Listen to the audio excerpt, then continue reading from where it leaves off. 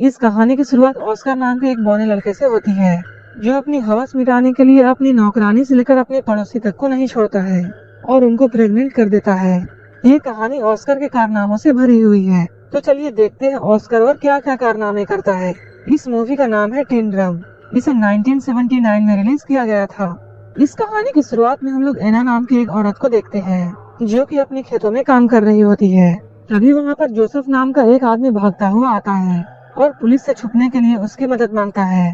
तभी एना उसे अपनी गुफा के अंदर छुपा लेती है, लेकिन जोसेफ इस मौके का फायदा उठाता है और वो गुफा के अंदर ही एना का गेम बजाने लगता है। जब पुलिस यहाँ से चली जाती है, तब जोसेफ बाहर आता है और इन दोनों की दोस्ती हो जाती है। इसके बाद ये दोनों एक दूसरे के साथ रहना शुरू कर देते हैं, लेकिन एक दिन पुलिस उसे पकड़ लेती है। इससे पहले कि पुलिस उसे अरेस्ट करती, वो पानी में कूदकर भाग जाता है। जोसेफ के बारे में बहुत सी बातें फेमस हो जाती हैं। कुछ लोगों का कहना है वो पानी में डूबकर मर गया। वहीं कुछ लोग ये कहते हैं वो वहाँ से भागकर अमेरिका आ गया और वो यहाँ आकर एक अमीर बिजनेसमैन बन गया और यहाँ आकर ऐश कर रहा है। वहीं दूसरी ओर हम लोग एना और उसकी बेटी एग्नेस को देखते हैं, जो कि बाजार में सामान बेचकर अपना गुजारा कर रहे हैं। एग्नेस अपने कजन जैन से प्यार करती थी, जो कि एक पुलिस पोस्ट ऑफिस में काम करता है। इसके अलावा एना अल्फ्रेड से भी प्यार करती थी, जो कि एक जर्मन शेफ था। उन तीनों के गपागप कार्यक्रम से ऑस्कर नाम का एक बच्चा पैदा होता है। ऑस्कर पैदा होने के बाद रोता ही रहता है और वो चुप ही नहीं होता है। जब उसकी मॉम उससे ये कहती है उसके 3 साल होने के बाद वो उसे एक टिन ड्रम देगी, इसके बाद वो रोना बंद करता है। अपने 3 साल होने के बाद जब ऑस्कर ने अपने जन्मदिन में लोगों को शराब पीते हुए और कुत्ता डांस करते हुए देखा, तब वो डिसाइड करता है कि वो कभी बड़ा ही नहीं होगा और अपने इसी काम को पूरा करने के लिए वो सीढ़ियों से कूद जाता है। इसके बाद से ही अब ऑस्कर हमेशा के लिए 3 साल का ही रह जाता है। वो हमेशा अपने ड्रम को अपने साथ रखता है और जब भी कोई उससे उसकी टूटी हुई ड्रम लेने की कोशिश करता है, वो इतना जोर से चिल्लाता है कि वो अपनी आवाज से कांच को भी तोड़ देता है। धीरे धीरे टाइम गुजरता जाता है। अब ऑस्कर 6 साल का हो चुका है। ऑस्कर ना ही बड़ा हो रहा था और ना ही वो अपने टूटे हुए ड्रम को अपने से अलग करता था, और जब भी कोई उससे उसके ड्रम को छीनने की कोशिश करता, तब वो अपनी आवाज से कांच तोड़ देता था। ऑस्कर की इस पावर को देखकर सारे डॉक्टर हैरान थे, लेकिन उसकी मॉम और उसके परिवार को ये जानना था कि ऑस्कर क्यों बड़ा नहीं हो रहा है। हम लोग देखते हैं एग्नेस हर थर्सडे को ऑस्कर के साथ शहर जाती थी और वो ऑस्कर को एक दुकान पर छोड़ देती थी। इसके बाद वो जैन के पास जाती थी और वहाँ जाकर वो जैन के साथ भयंकर घपाघप करती थी। लेकिन एक दिन ऑस्कर को अपनी माँ के कांड के बारे में पता चल जाता है। ऐसा करते हुए कई साल बीत जाते हैं और अब ऑस्कर 12 साल का हो चुका है। एक दिन ऑस्कर अपने मॉम डैड के साथ सर्कस देखने के लिए जाता है, जहाँ वो कुछ बौने लोगों को परफॉर्म करते हुए देखता है। उन बौनों को देखकर ऑस्कर के मॉम डैड को ऐसा लगने लगता है कि शायद ऑस्कर भी एक बौना है। सर्कस खत्म होने के बाद ऑस्कर डेबरा नाम के एक बौने से मिलता है, जो कि ऑस्कर के इस टैलेंट को देखने के बाद उसे अपने सर्कस में काम करने के लिए ऑफर देता है। लेकिन तभी ऑस्कर के मॉम डैड वहाँ आ जाते हैं और वो ऑस्कर को अपने साथ ले जाते हैं। इससे कुछ दिनों के बाद हम देखते हैं ऑस्कर की माँ ऑस्कर को जिस दुकानदार के पास छोड़कर जाया करती थी, वो दुकानदार भी धीरे धीरे एग्नेस से प्यार करने लगा था। वो उसे और ऑस्कर को अपने साथ लंदन चलने के लिए कहता है, लेकिन तभी एग्नेस उसे मना कर देती है और वहाँ से चली जाती है। इसके कुछ वक्त बाद एग्नेस को ये बात पता चलती है कि वो प्रेग्नेंट है और उसके पेट में जैन का बच्चा है। इस बात से एग्नेस बहुत परेशान हो जाती है और अपनी टेंशन की वजह से वो बहुत सारी मछलियाँ खा जाती है, जो कि उसे खाना बिल्कुल पसंद नहीं था। वहीं उसके पति अल्फ्रेड को इस बात से कोई भी फर्क नहीं पड़ता है कि एग्नेस के पेट में किसका बच्चा है, और वो एग्नेस को सिर्फ खुश देखना चाहता था। लेकिन ऑस्कर के पैदा होने के बाद एग्नेस को कभी भी खुशी नहीं हुई, इसलिए वो अपने इस बच्चे को पैदा करना नहीं चाहती है और बहुत ज्यादा मछलियाँ खाने की वजह से उसे फूड पॉइजनिंग हो जाती है और उसकी मौत हो जाती है। इसके कुछ सालों बाद हम लोग ऑस्कर को देखते हैं, जो कि अपनी टूटी हुई ड्रम को ठीक कराना चाहता है। ये सब उस वक्त में हो रहा था जब जर्मनी पूरे पोलैंड में हमला करके उस पर पूरा कब्जा करने की कोशिश कर रहा था। वही पोस्ट ऑफिस में भी पुलिस लोग जर्मनियों पर हमला करने की तैयारी कर रहे थे। तभी अचानक जर्मन्स का उन पर हमला हो जाता है। इस हमले में बहुत से लोग मारे जाते हैं, जिनमें से एक जैन भी था।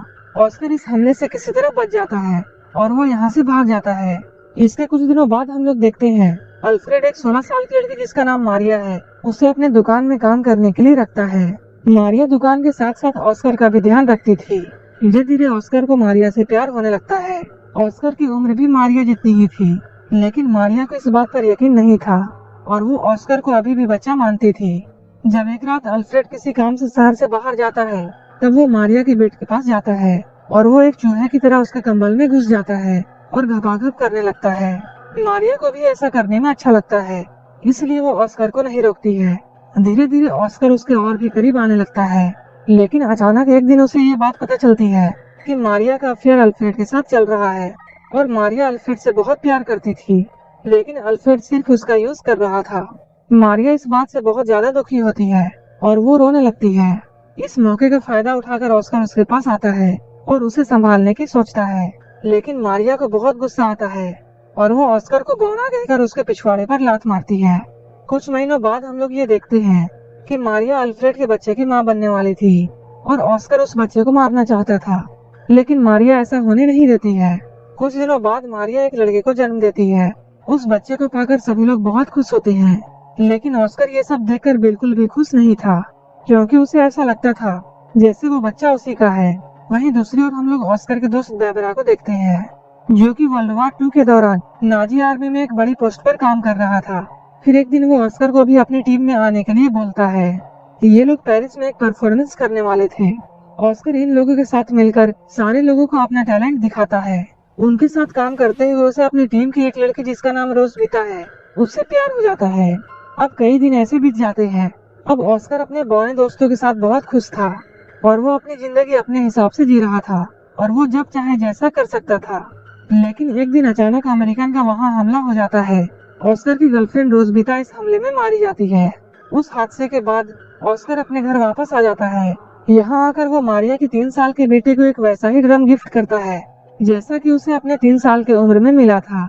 लेकिन मारिया ऑस्कर के यहाँ आने से बिल्कुल भी खुश नहीं थी, लेकिन अल्फ्रेड अपने बेटे के यहाँ आने से बहुत खुश था।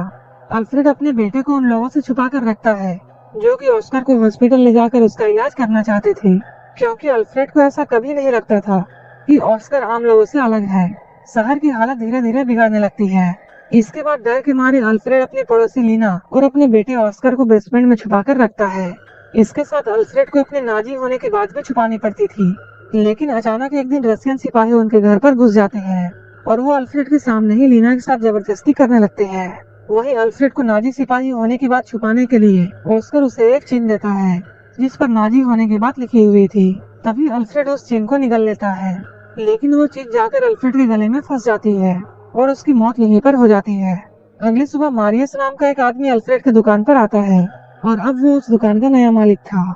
दुकान को अपने कब्जे में करने के बाद मारियल अल्फ्रेड का फ्यूनरल कर देता है, क्योंकि उसने हाल ही में अपनी पत्नी और बच्चों को खोया था और वो जानता था किसी अपने को खोना कैसा लगता है। अल्फ्रेड के मरने के बाद ऑस्कर को भी ये बात समझ में आ जाती है कि अब उसका इस दुनिया में कोई नहीं है। इसके बाद ऑस्कर फिर से ये डिसाइड करता है कि अब वो बड़ा होगा। इसके बाद ऑस्कर अपने ड्रम को भी अल्फ्रेड के साथ दफना देता है, लेकिन तभी कहीं से एक पत्थर आता है और वो सीधा जाकर ऑस्कर के सर पर लगता है, जिसकी वजह से ऑस्कर वहीं पर बेहोश हो जाता है। यहीं पर एक आदमी इन लोगों को बताता है कि ऑस्कर अब बड़ा होने लगा है। मूवी के लास्ट सीन में हम लोग ये देखते हैं एना को छोड़कर बाकी सारे लोग इस शहर को छोड़कर जा रहे हैं, जहाँ ऑस्कर को पता चलता है कि उसके चिल्लाने की शक्ति अब जा चुकी है। और लास्ट में एना वहीं पर रह जाती है जहाँ से इस कहानी की शुरुआत हुई थी।